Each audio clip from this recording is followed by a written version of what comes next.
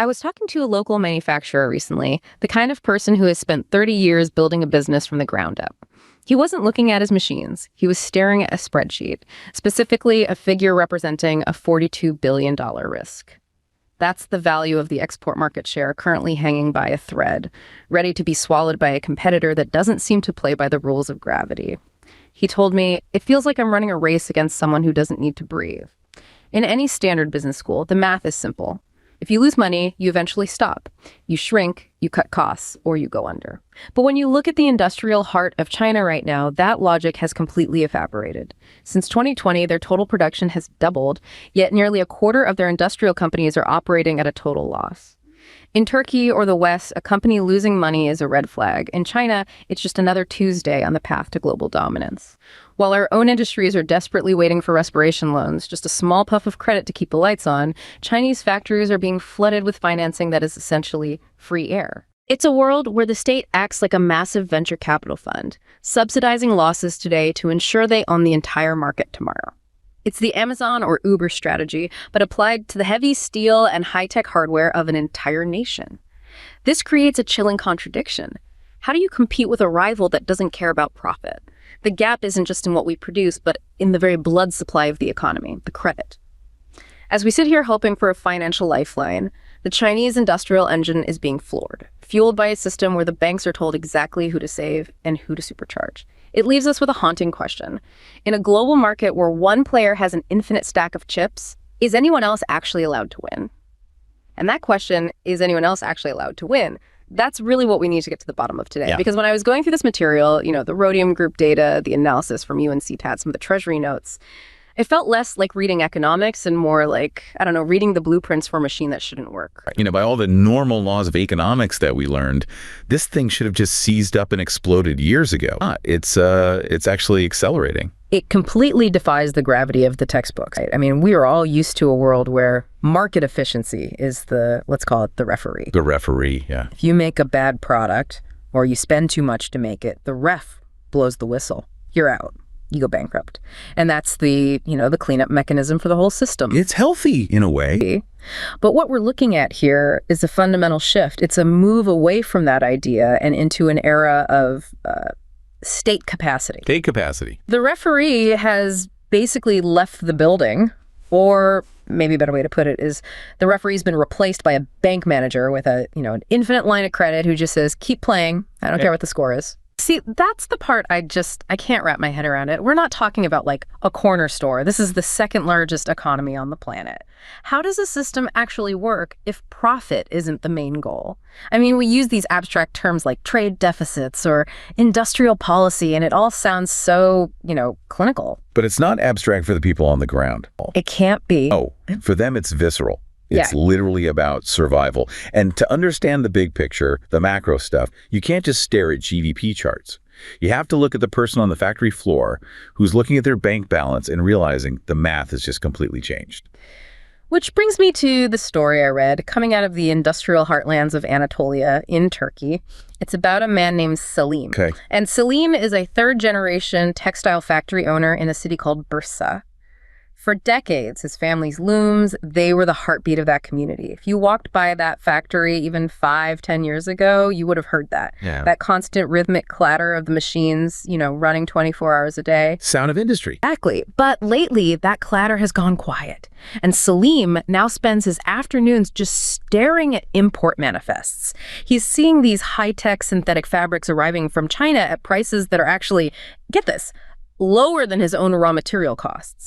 Lower than his raw material costs. That shouldn't be possible. Even if your labor was free, even if your factory was free, the cotton or the polyester costs what it costs. And that's what's driving him crazy. He's realizing it's not just about cheap goods. He's up against a state-backed credit system in the East that operates on a logic that his local bank, it just doesn't compute for them. It's a different operating system. So for Selim, that 59% trade deficit that Turkey has with China, it's not a statistic he reads in the paper. It's the silence in his workshop. It's seeing his veteran weavers, guys who worked for him for 20, 30 years, leaving to go find work as delivery drivers. It's this profound sense of displacement. That phrase you used, a logic his local bank doesn't understand, I think that's doing a lot of heavy lifting there.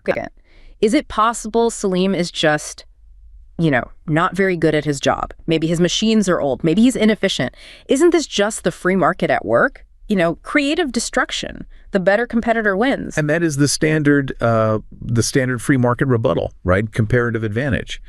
Maybe China is just fundamentally better at making fabric. And let's be fair, they are incredibly efficient. Their infrastructure is amazing. Their supply chains are a marvel. Sure. But the data we're looking at suggests that Salim isn't losing because his looms are slow or his workers are lazy. Yeah. He's losing because of the cost of capital. He, unlike his competitor, is facing what economists call a hard budget constraint. Meaning if he runs out of money, the lights go out, the business closes. If Salim walks into a bank in Bursa tomorrow, with inflation being what it is in Turkey, and says, look, I'm losing money on every single bolt of fabric I sell, but I'd like a massive loan to double my factory size because I think I can win the market in 10 years. The bank manager would laugh him out of the building. They'd call security. The interest rates are astronomical, the risk is through the roof, and that bank needs to be paid back next month, not in a decade. That is economic gravity. And his competitor in China is just floating in space? They're basically operating in zero-G. The Chinese state-directed model, especially for companies in what they deem strategic sectors. And that's a very broad definition that can include everything from high-tech textiles to EVs to solar panels. That conversation is completely different. If a strategic firm is losing money, the state-owned banks don't cut them off. They don't. They often do the opposite. They double down. Oh, I mean, that's the part that just breaks my brain. Banks are banks. They're supposed to want their money back. Why would a Chinese bank knowingly lend to a loser? Because the Chinese bank isn't always acting like a commercial bank. It's often acting as a policy arm of the state. You mentioned the Amazon strategy in your opening. Let's really dig into that for a second. Think about Amazon in the early 2000s, or Uber more recently. Right. They burned cash for years, billions and billions of dollars. Profit was totally optional. In fact, it's discouraged. Growth was mandatory. They took venture capital money and used it to subsidize every ride, every book shipment, to undercut the competition, the taxi companies, the local bookstores, and drive them out of business. The goal was to capture the market. And once you own the market, then you can worry about turning a profit later. Exactly. So in a way, you can think of the Chinese state as the world's biggest venture capital fund. Okay. But there has to be a difference. There's a massive difference. A VC fund in Silicon Valley, even a huge one, eventually needs an exit. They need an IPO. They need the stock to go up so they could pay back their own investors, the pension funds and endowments. The Chinese state, it doesn't need an IPO. So what's their return on investment? It's not necessarily cash. It's employment. It's social stability. It's national security. It's dominance of critical global supply chains. That's the return. So they can afford to just bleed money indefinitely. Well, as long as they control the currency and the debt mechanisms within their own borders, they can bleed for a very, very long time. And the Rhodium Group report, the one called Far From Normal, it actually puts a number on this. It estimates that China spends roughly 5% of its GDP on industrial subsidies. 5%. I need a benchmark for that. What does a country like the U.S. spend? The U.S. or Brazil or Japan or Germany, they're all hovering somewhere around 0.5%. 0.5. So we're talking about a tenfold difference. A tenfold difference. This isn't a small gap. It's not a margin of error. It's a completely different sport. Salim is out there playing soccer, and his competitor is playing a game called Buy the Entire Stadium. And who gets this money? Is it just the big names we hear about, the Huaweis and the BYDs? It's heavily concentrated in those strategic sectors, you're right. Things like semiconductors and steel, where the data says China accounts for 80 to 90% of all global subsidies. But here's the statistic from that report that really, it just stopped me in my tracks. They looked at every listed company in China in the year 2020. What percentage of them do you think received some form of government subsidy? Wow. I mean, I'd guess the important ones, maybe, 20%? 30? 98.58%. 98%. So that's basically everyone. It's basically everyone. If you are a publicly listed company in China, you are on the state's drip. It's systemic. It's not a case of picking a few national champions. It's like watering the entire garden with a fire hose of cash. But how do they do that practically? I mean, is the government just mailing checks to 98% of its companies? That sounds like an administrative nightmare. Sometimes it is a direct cash grant, but usually it's much more subtle and much more powerful. The main way they do it is through below market credit. The UNCTAD report goes into detail here. State-owned banks provide loans at interest rates that are significantly below the official loan prime rate, the LPR. Now, the LPR is the benchmark rate. It's what the most creditworthy, safest clients are supposed to get. Right, the best rate for the best customers. Exactly. In a normal market, a riskier manufacturing company, like Salim's equivalent in China, should be paying more than that benchmark rate. But in this system, companies in strategic sectors often pay less. So while Salim is struggling to get a loan at, say, 40% interest, his competitor is getting 1 for 2%. Or even a negative rate in real terms, once you factor in inflation. But it gets even deeper than that. This brings us to a concept called evergreen credit. Evergreen credit. It sounds kind of pleasant, like a forest. But it's actually toxic for a market economy. Evergreen credit is when a bank simply rolls over the debt of a company that's losing money. The loan comes due, the company can't pay it back because, well, they aren't making a profit. So the bank gives them a new loan to pay off the old one. They just keep rolling it over forever. They pretend the loan is still performing on their books. So they're effectively creating a zombie, a company that should be dead but is kept walking. A zombie firm. You know, in a normal market, bankruptcy is the janitor. It's messy, but it cleans things up. It recycles capital and labor from bad ideas and moves them to good ideas. But if the state's primary goal isn't profit, but maintaining employment, keeping those millions of factory workers off the streets so they don't protest, then you keep the zombie alive. You remove that hard budget constraint. And this has to connect to the local governments too, right? I saw a note in here about industrial parks. That feels like a huge piece of this free air equation. It's the physical manifestation of the subsidy. It's where the rubber meets the road. In China, local officials, mayors, provincial party secretaries, their careers are judged on hitting GDP growth targets for their region. So what's the fastest, most direct way to boost GDP? You borrow a ton of money through something called a local government financing vehicle, an LGFV, you seize some farmland, and you build a massive, sprawling industrial park. You build the factory shells, the roads, the power grids, even the worker dormitories. And then you just hand the keys over to a company. For pennies on the dollar. Sometimes it's even rent-free for the first few years. So if you're a manufacturer, think about it. Your biggest single capital expenditure, building the actual factory, is suddenly zero. That cost has been completely absorbed by the local government's debt. So when Salim in Turkey looks at the final price of that imported Chinese fabric, he doesn't see the free land or the evergreen loan or the local government debt that's piling up. He just sees a number on a spreadsheet that he can't possibly match. That's the black box. Yeah, if you have every local mayor in every province building industrial parks to hit their GDP targets, and you have every state bank rolling over loans to keep these factories running even when they're losing money, don't you just end up with way too much stuff? Overcapacity, yes. And that is the absolute core of the global friction right now. And we need to be really precise about what overcapacity means because it gets thrown around a lot as a political buzzword. Okay. Undersecretary Jay Shambaugh from the U.S. Treasury had some very sharp remarks on this. Overcapacity isn't just making a lot of stuff. It is production that is completely untethered from global demand. Untethered. So they're producing for a market that doesn't actually exist. Or a market that can't possibly absorb everything they're making. The classic example is the solar panel boom. Between about 2008 and 2013. The data shows China's government pumped about $18 billion in below-market loans into its solar industry. Capacity just exploded. But global demand for solar panels didn't grow that fast. So prices had to crash. By 80%. 80? It completely wiped out solar companies in the US and Europe, even some in China itself. But the Chinese capacity remained because the banks wouldn't let the strategic firms fail. They just kept the lungs flowing, kept the lines running, and kept producing panels. And now we're seeing the sequel to that movie, but with electric vehicles. The sequel is bigger, louder, and has a much larger budget. Staggering. The sources we're looking at point out that China's planned production capacity for EVs in the year 2030 is set to reach over 70 million vehicles. 70 million. Is there even a market for 70 million cars? Well, the most optimistic global sales estimates for the entire world, every brand combined, Tesla, Ford, Toyota, everyone, is around 44 million. So they are planning to build almost double what the entire planet can possibly buy. That creates a delta of what, nearly 30 million cars? 30 million cars that have nowhere to go. Did they just pile up in a parking lot somewhere in the desert? This is where we get to the utilization rate puzzle.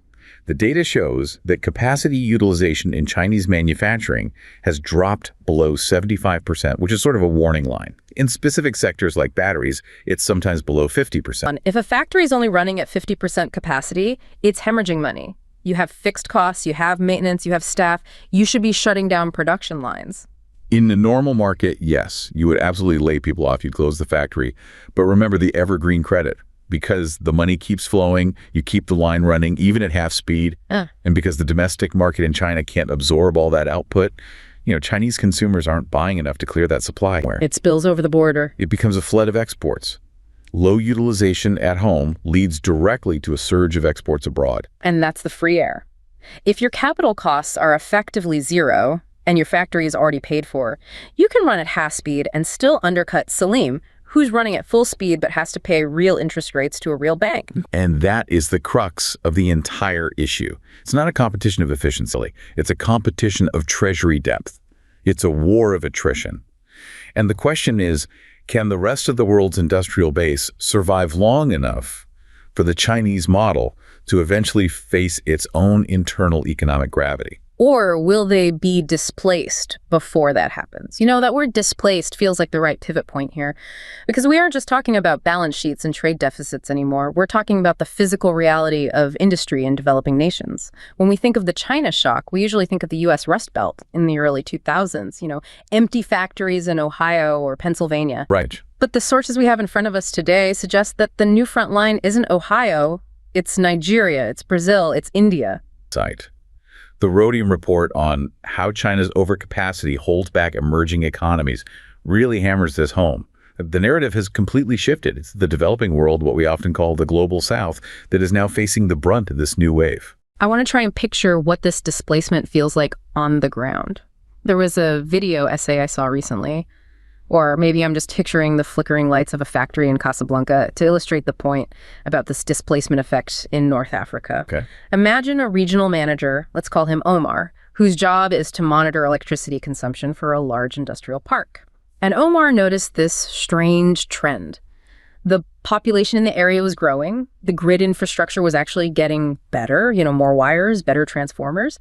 But the industrial grids, that base load of power that the factories are always drawing, it began to flatten out. The hum stopped growing. Exactly.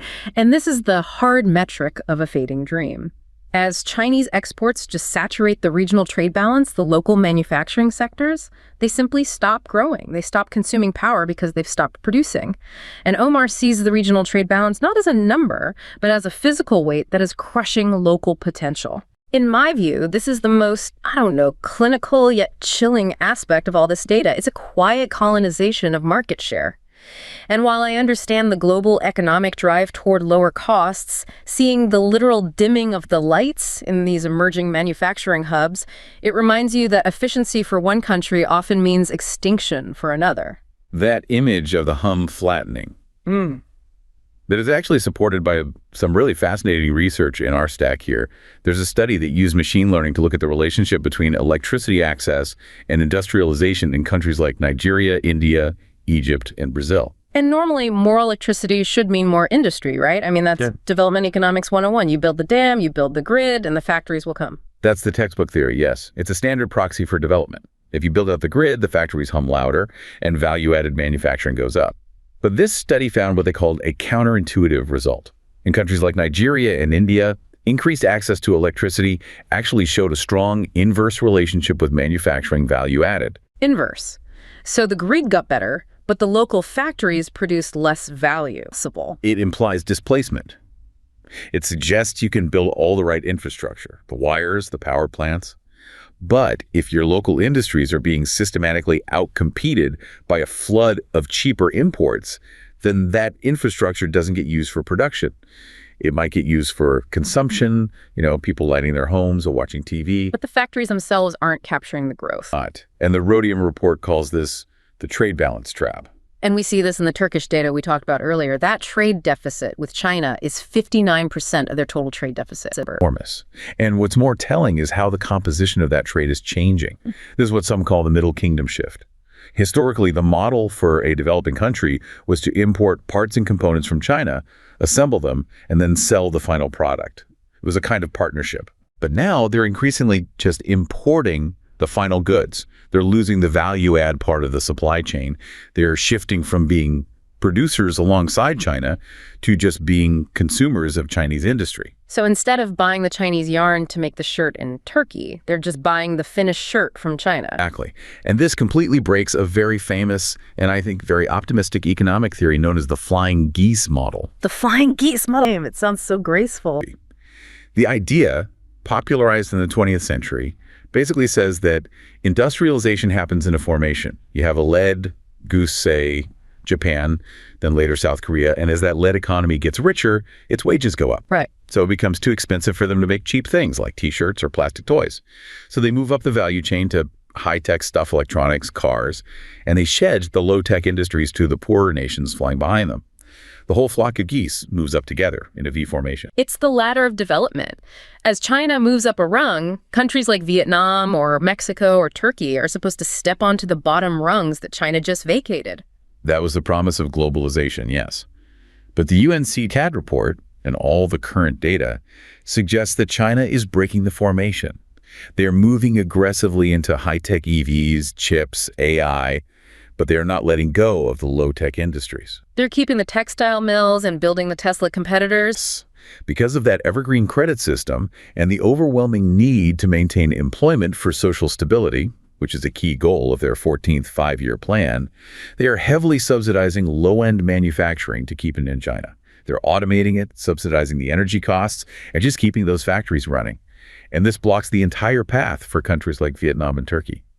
They can't get a foothold on the ladder because the giant on the rung above them refuses to move up and out of the way. So it's not a flock of geese anymore. It's like a dragon that takes up the whole sky. And at the same time, this dragon is dropping very heavy weights on your head. I mean, look at the steel crisis that's mentioned in the rhodium analysis. China accounts for half of all global steel production. When their domestic property market crisis hit, fewer apartment blocks being built, Evergreen collapsing, their local demand for steel just fell off a cliff. So they've got all this steel-making capacity and no one to buy the steel at home. So what do you do with it? You export it. And because they have that infinite stack of credit we talked about, they can sell it at rock-bottom prices, often below the cost of production. And this just crushes steel producers in places like Brazil and Vietnam who have to operate on market logic.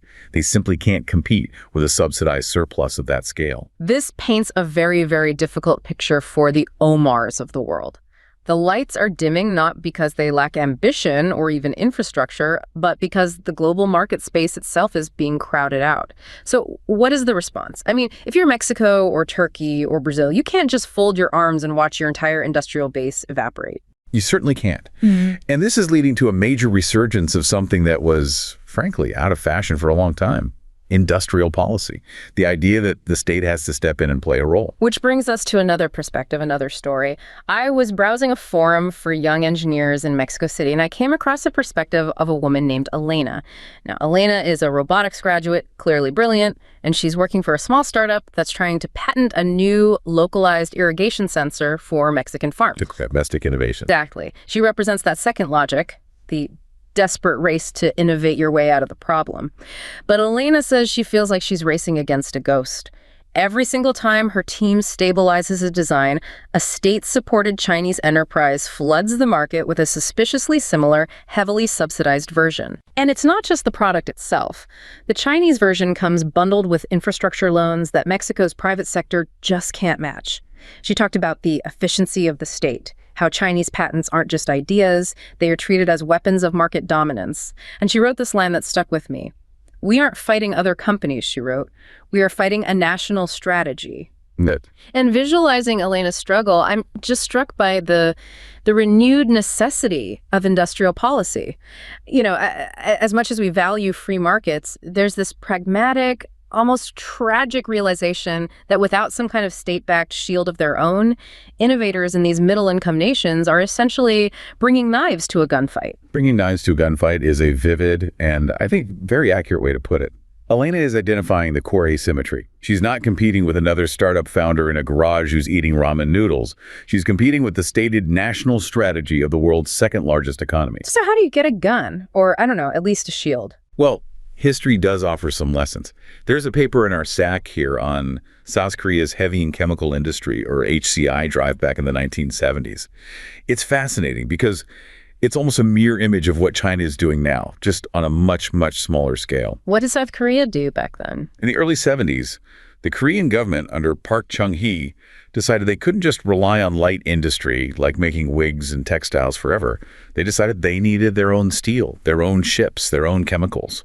So they used what were called preferential interest rates, basically negative real borrowing costs, to build up the big industrial conglomerates, the chaebols. The Hyundais and the Samsungs of the world. Exactly. Wait, negative real borrowing costs? That sounds an awful lot like the free air we were talking about with China. They essentially commandeered the banking system to funnel cheap, subsidized money to specific strategic sectors. And, it worked. South Korea transformed from a poor agrarian nation into an industrial towerhouse in a generation. But, and this is a huge but, there's a crucial difference between Korea in 1975 and China today. The size. The size and the global context. Korea was small enough that it could export its way out of trouble without fundamentally distorting the entire global price structure for steel or ships. It was like a small, fast speedboat in a very big ocean.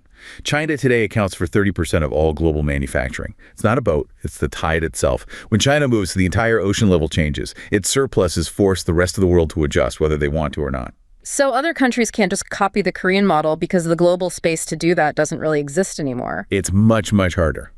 But they are trying to adapt the playbook. We are seeing a clear shift away from a belief in free trade to what the sources are calling defensive trade. And this is where we start seeing the tariffs come in. Exactly. Brazil recently imposed a 25% tax on certain steel imports. Turkey has put up significant barriers on Chinese EVs. The logic is, we need to ring-fence our domestic market just to give our Elenas and Salims a chance to breathe. But tariffs are a very blunt instrument, aren't they? And isn't there supposed to be a global referee for this sort of thing? The Rhodium report makes a really good point here.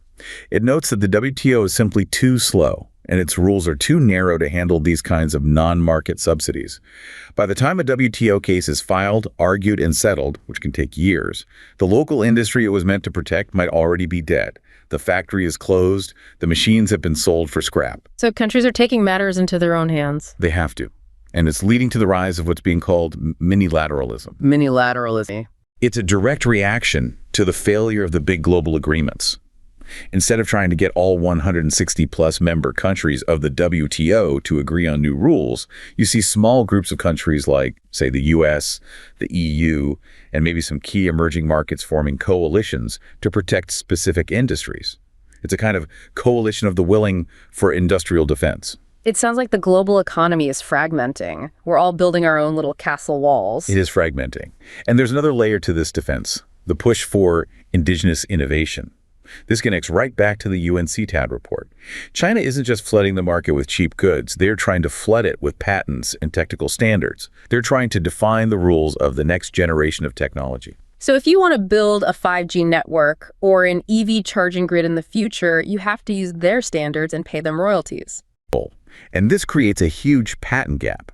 For a country like Mexico or Turkey, trying to innovate indigenously like Elena is incredibly hard when the global technical standards are already being set and patented in Beijing. And this leads to what the analysis calls the triangular trap. What is the triangular trap? It's the incredibly difficult dilemma facing most of the developing world right now. On one hand, they rely heavily on China for inputs. The chips, the batteries, the specialized yarn that Salim needs to make his fabrics. They are deeply embedded in the Chinese supply chain. Okay, that's one side of the triangle. But on the other side, they also compete directly with finished Chinese goods for the same final customers in Europe or the United States. So if Salim lobbies the Turkish government to put a big tariff on Chinese imports to save his final goods business? He might accidentally kill his own business. Because if he can no longer import that cheap specialized yarn from China, his own costs go through the roof, and he can't sell the shirt anyway. But if he keeps the imports open, eventually the Chinese factory just bypasses him and sells the finished shirt directly to his customers for less. It is a strategic bind. It's the ultimate rock in a hard place. Cutting off Chinese imports might kill your own factories, but keeping them open leads to a slow strangulation. Wow. It really seems like the era of easy, optimistic globalization is well and truly over. We are in a much scrappier, more strategic, and frankly, more dangerous phase. We're moving from a world where the guiding principle was comparative advantage. You do what you're best at, I do what I'm best at, and we all win through trade to a world of comparative treasury depth. Comparative treasury depth. You win if you can afford to bleed money longer than the other guy. And as we sort of wrap up this deep dive, that really seems to be the central unifying theme. We've gone from the looms of Bursa, where a family business is being silenced by a spreadsheet, all the way to the power grids of North Africa, where the lights are literally dimming on local potential. We've seen how this free air of subsidized credit creates an industrial engine that seems to defy the normal laws of financial gravity. And through it all, we have to ask about the sustainability of this model. China is making a strategic trade. They're trading profit for power and for domestic employment stability. That's a rational choice from their perspective, but it comes at the immense cost of global trade tensions. The infinite stack of chips implies the game can go on forever, but economic gravity, it usually asserts itself eventually. Either through massive debt crises inside China, or through trade walls being erected by the rest of the world. Because if everyone puts up a wall, then those flying geese have nowhere left to fly. we often think of market forces as a force of nature, something like the wind or the tide. But what we've seen today is that markets can be engineered, they can be fueled, and they can be directed. The question isn't just whether emerging economies can compete with Chinese factories, it's whether any private enterprise anywhere in the world can truly compete with a sovereign state that treats profit as optional. As the lights flicker in Omar's industrial park, we have to ask if the global economy really has room for more than one workshop.